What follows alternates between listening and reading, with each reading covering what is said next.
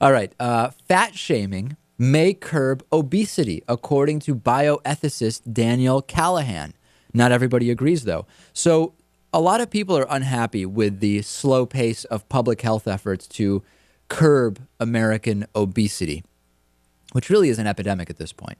And Daniel Callahan, who's a pretty prominent bioethicist, says that this is an edgier strategy, but if you actually are able to increase the negative social stigma associated with being obese, this may actually be an effective way of getting people to lose weight. And he is president emeritus and a senior research scholar at the Hastings Center.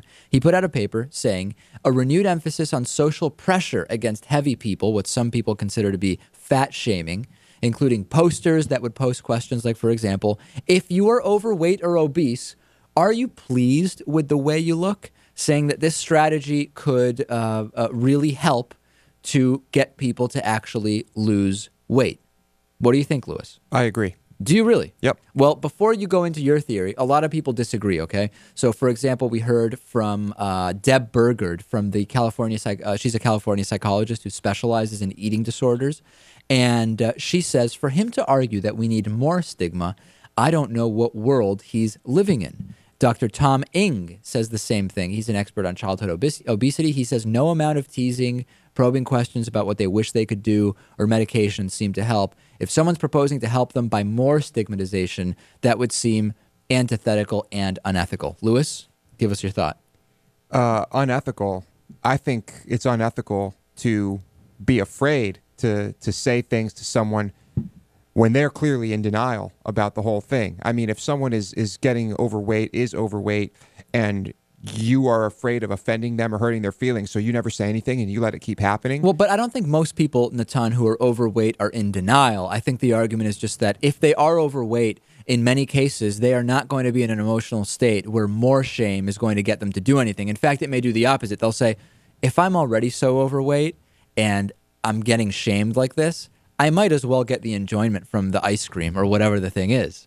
I think it might very well do the opposite, because people will be frustrated in not being able to lose as much weight as they want to get the body image they want quickly, and then that might result in the opposite effect. They'll be frustrated and then depressed because everyone's shaming them. They feel guilty about it, and they don't feel like they really have the tools to actually change their weight. Yeah, I mean, before you comment, I'm not so sure before it's you the comment, best idea about compulsive overeating is often a kind of self-medication because of stress or depression or anxiety. So if being denigrated for being overweight causes more stress, wouldn't it obviously stand to reason that it's not going to solve the obesity problem? No, I think you can,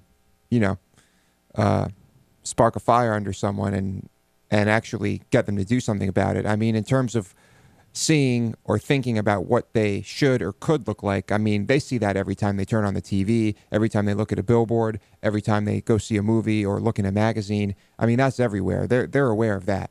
All right. So I think that that this can spark something, and I don't know if across the board it's going to work, but in a lot of situations, I think it will. All right. So Lewis saying anecdotally it may be successful. Send me your thoughts. What do you think about this? I'm open to all ideas.